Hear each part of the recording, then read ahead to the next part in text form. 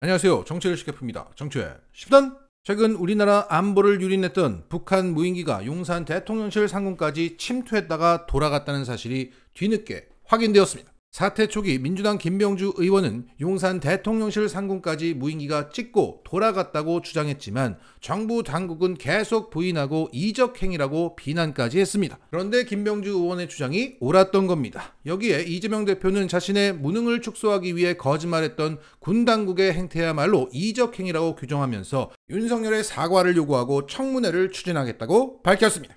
여기에 대통령실은 우리도 늦게 보고받았다고 책임을 회피하면서 이렇게 말했습니다. 군 당국은 북한 무인기가 지난해 12월 26일 우리 영공 안쪽에 스친 항적이 발견돼서 다른 레이더 컴퓨터에서 식별이 되는지 크로스체크 했는데 한쪽에서만 나왔다. 그 후 1월 2일에서 3일까지 레이더 컴퓨터를 검색한 결과 비행기가 용산 북쪽 지역을 스쳐 지나갔을 가능성이 높다고 판단해서 다음 날인 4일 대통령에게 보고됐다. 자, 말을 길게 했는데 결국은 윤석열도 이 상황을 늦게 알게 되었다는 얘기입니다. 그러면서 이런 얘기를 합니다. 당국이 파악하지 못한 사안을 야당 의원이 어떻게 이야기할 수 있는 건지, 객관적 자료를 갖고 한 건지, 그런 정보 어디서 입수했는지 당국이 의문을 품고 있다. 그러면서 군사기밀 유출에 따른 내부 감찰이나 후속 조치 여부에 대해서 밟아야 할 절차를 밟고 있다고 답했습니다.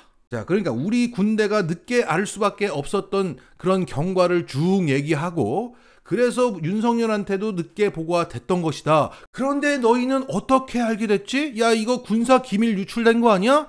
너희 북한하고 짜고 쳤어? 이런 소리입니다. 와, 사과는커녕 책임을 회피하기 위해서 논점을 돌리는 겁니다. 또 논점 이탈이야. 그러면서 적과 내통했느냐는 식의 음모론을 제기하고 처벌까지 고려하고 있답니다. 자, 한미연합사 부사령관까지 지낸 사성장군 출신의 김병주 의원이 빨갱이다. 와, 종북물이 대단합니다. 자, 무인기는 작년 12월 26일에 우리 영공을 침범했죠. 자, 당시 군 당국은 이렇게 발표를 합니다. 남한 북한 무인기 5대 중 1대가 서울 상공까지 진입했다. 은평구와 강북, 성북구 등 서울 북쪽만 지났다. 이렇게 얘기했어요. 그러자 김병주 의원은 이렇게 말을 하죠. 합참에서 보고한 비행 궤적을 보니까 은평, 종로, 동대문, 광진, 남산 일대까지 무인기가 온 것 같다. 용산으로부터 반경 3.7km가 비행금지 구역인데 그 안을 통과했을 확률이 높다. 그러니까 무인기가 은평 강북구, 그러니까 서울 북쪽에서도 북쪽까지 내려와서 돌아갔다고 하니까 이게 바로 빠꾸를 하는 게, 후진하는 게 아니잖아요. 그래서 빙 돌아갔다면 궤적상 용산의 비행금지 구역까지 통과했을 확률이 높다고 한 것입니다. 누가 봐도 합리적인 추정 아닙니까? 그리고 나서 12월 27일 각 언론사들이 이런 식으로 표현을 합니다. 대통령실 상공까지 침범했을 것으로 알려졌다라고 씁니다. 연합뉴스가 쓰니까 각 언론사 다 이렇게 썼어요. 그리고 12월 28일 군 당국은 북한 무인기의 침범 항적을 공개해요. 그것을 검토하고 김병주 의원은 이렇게 말한 겁니다. 북한 무인기 항적과 구글 인공위성 사진을 대조해본 결과 용산 대통령실 북쪽 상공을 지난 뒤 돌아갔다라고 단정적으로 주장을 한 겁니다. 아니, 그런데 이게 뭐가 잘못이라는 겁니까? 경험이 많아서 그런 것 같아. 그러네?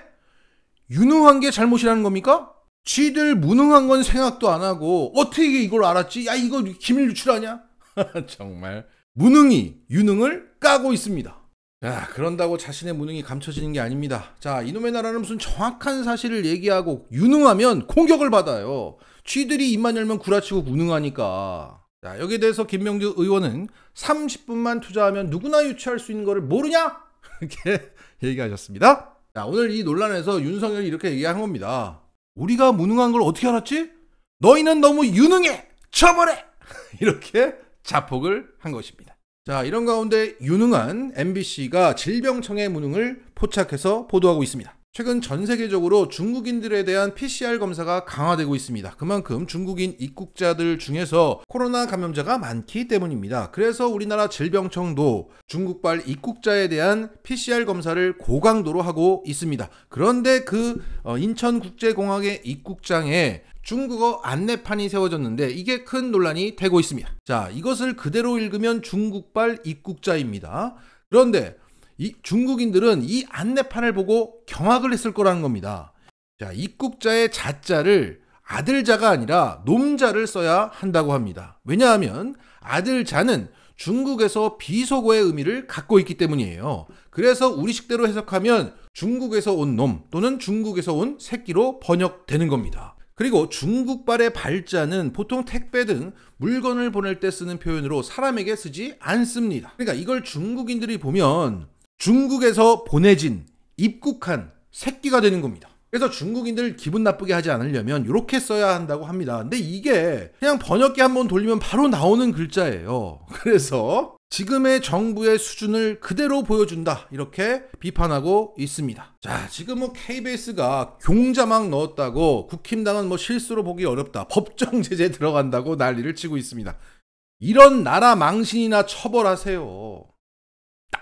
최근 국힘당 당대표로 유력하게 거론되고 있는 나경원 저출산 고령사회 위원회 부위원장은 어제 최근 행보를 주목해달라고 당부했습니다.